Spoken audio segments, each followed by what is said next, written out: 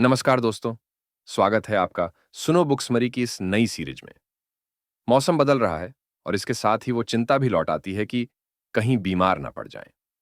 अगर ये चिंता आपकी भी है तो आज हम एक ऐसे प्राचीन ज्ञान को समझने वाले हैं जो हमें सिखाता है कि मौसम के साथ कदम से कदम मिलाकर पूरी तरह स्वस्थ कैसे रहा जाए। क्या आपका जवाब हाँ है तो यकीन मानिए, आप अकेले नहीं हैं। सर्दी, खांसी, एलर्जी या बस हर वक्त एक थका थका सा महसूस करना, मौसम का बदलना हम सबके शरीर पर असर डालता ही है। पर सवाल यह है कि ऐसा होता क्यों है?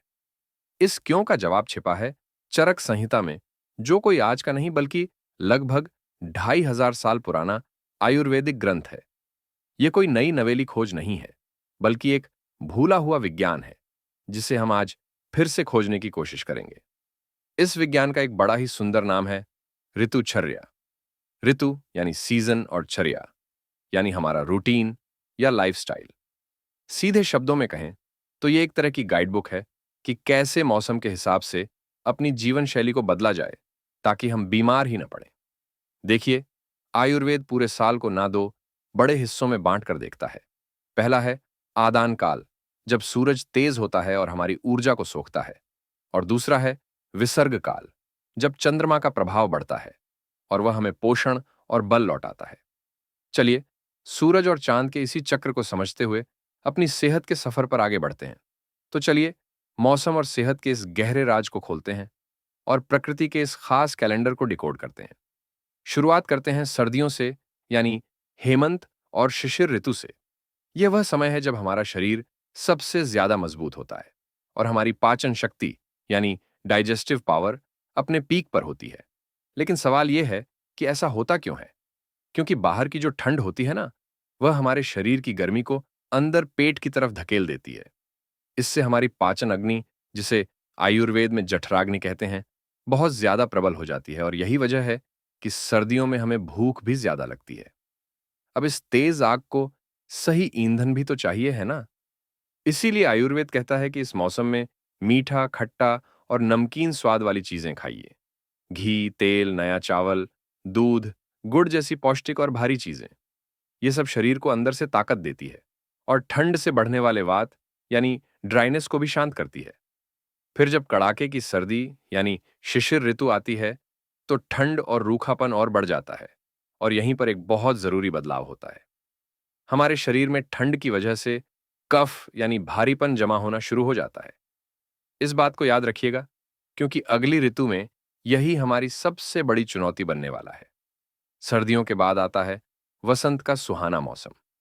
लेकिन बाहर मौसम चाहे कितना भी अच्छा क्यों ना हो, आयुर्वेद के अनुसार शरीर के अंदर एक बड़ी उथल-पुथल चल रही होती है। और यह उथल-पुथल क्यों? देखिए, यहीं पर चरक संहिता एक कमाल की बात बताती है। वह कहती है कि सर्दियों में जो कफ हमारे शरीर में जम गया था, वह वसंत में सूरज की गर्मी से ठीक वैसे ही पिघलने लगता है जैसे पहाड़ों पर जमी हुई बर्फ। और यहीं पिघला हुआ कफ हमारी पाचन अग्नि को कमजोर कर देता है और बीमारियां पैदा करता है। तो सवाल यह है कि इस पिघलते कफ को संभाला कैसे जाए? इसके लिए 4 सिंपल से नियम हैं। पहला, भारी खाना छोड़कर हल्का, कड़वा और तीखा भोजन करें। दूसरा, शहद का इस्तेमाल करें। यह कफ को सुखाने में मदद करता है। तीसरा, रोज कसरत करें ताकि यह जमा हुआ कफ शरीर से निकल सके। और चौथा, दिन में सोना तो बिल्कुल ही बंद कर दें। दिन में सोना क्यों मना है? क्योंकि इससे शरीर में कफ और ज्यादा बढ़ता है और जो पाचन अग्नि पहले से ही धीमी पड़ी हुई है, वह और भी मंद हो जाती है। और नतीजा वही मौसमी एलर्जी, खांसी और जुकाम, जिनसे सब परेशान रहते हैं। चलिए, अब आगे बढ़ते हैं गर्मी और मानसून की ओर। यह साल का वह समय है जब हमारे शरीर का बल और पाचन शक्ति दोनों ही सबसे कमजोर होते हैं। अब गर्मी में क्या होता है? जाहिर है, शरीर से पानी और ताकत दोनों ही खिंच जाते हैं।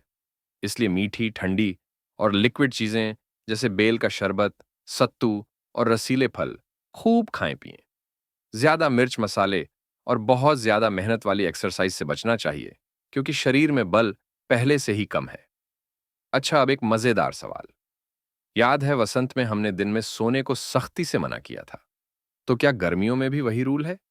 और जवाब है नहीं, बिल्कुल नहीं। बल्कि आयुर्वेद तो गर्मियों में दिन में थोड़ी देर सोने की सलाह देता है। ये इस बात को कितनी खूबसूरती से दिखाता है कि सलाह मौसम के हिसाब से कैसे बदल जाती है। यहां दिन में सोना शरीर को गर्मी से हुई थकावट से उबरने में मदद करता है। गर्मियों के बाद आता है मानसून, और यह सेहत के लिए असली चैलेंज है। क्यों? क्योंकि यहां दो प्रॉब्लम एक साथ आती हैं।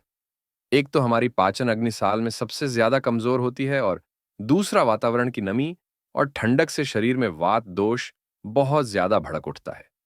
इसीलिए मानसून में हल्का, गर्म और ताजा बना भोजन जैसे सूप ही सबसे बेस्ट है। खाने में थोड़ा खट्टा और नमकीन स्वाद शामिल करें, जो बढ़े हुए वात को शांत करता है। और सबसे सबसे जरूरी नियम पानी। पानी हमेशा उबालकर और ठंडा करके ही पिएं, क्योंकि इस मौसम में इन्फेक्शन का खतरा सबसे ज्यादा होता है। और अब हम आते हैं साल की आखिरी ऋतु शरद, यानी ऑटुम्न की ओर। इस मौसम का मुख्य लक्ष्य है शरीर में बढ़े हुए पित्त, यानी गर्मी को शांत करना।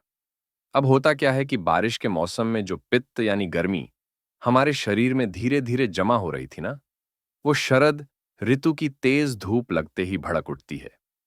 आयुर्वेद में इसे पित्त प्रकोप कहते हैं, और यही त्वचा की समस्याओं और एसिडिटी का कारण बनता है। तो इस भड़के हुए पित्त को शांत करने के लिए मीठे, कड़वे और कसैले स्वाद वाली चीजें जैसे घी, मूंग दाल और आंवला खाएं। और एक बहुत ही खूबसूरत सलाह भी है, रात में छांत की ठंडी रोशनी में कुछ देर बैठना, जिसे चंद्रिका सेवन कहते हैं। माना जाता है कि यह शरीर की बढ़ी हुई गर्मी को नेचुरल तरीके से शांत करता है। तो आइए एक नजर में पूरे साल की सेहत की इस गाइड को फटाफट दोहराते हैं। सर्दियों में जब पाचन मजबूत हो तो पौष्टिक और भारी भोजन करें। वसंत में जब कफ पिघले तो हल्का खाएं और व्यायाम करें। गर्मियों में जब बल कमजोर हो तो शरीर को ठंडा रखें। मानसून में जब पाचन सबसे ज्यादा कमजोर हो तो हल्का और गर्म भोजन करें। और शरद में जब पित्त भड़के तो ठंडी तासीर वाली चीजें खाएं। कितना सरल और कितना लॉजिकल है। और यह हमें सोचने पर मजबूर करता है, ना कि क्या हम वाकई अपने आसपास बदलते मौसम और प्रकृति के इन छोटे छोटे इशारों पर ध्यान दे रहे हैं। शायद ऋतुचर्या का पालन हमें सिर्फ शारीरिक रूप से ही नहीं बल्कि मानसिक रूप से भी प्रकृति के ज्यादा करीब ले जा सकता है। दोस्तों, हमें कमेंट में जरूर कि आपको हमारी ये नई सीरीज कैसी लगी। अगर वीडियो पसंद आए तो इसे लाइक और शेयर कर दें। आप सभी का दिल से धन्यवाद। आपका साथ ही हमारी सबसे बड़ी ताकत है। फिर मिलते हैं अगली वीडियो में। जय हिंद।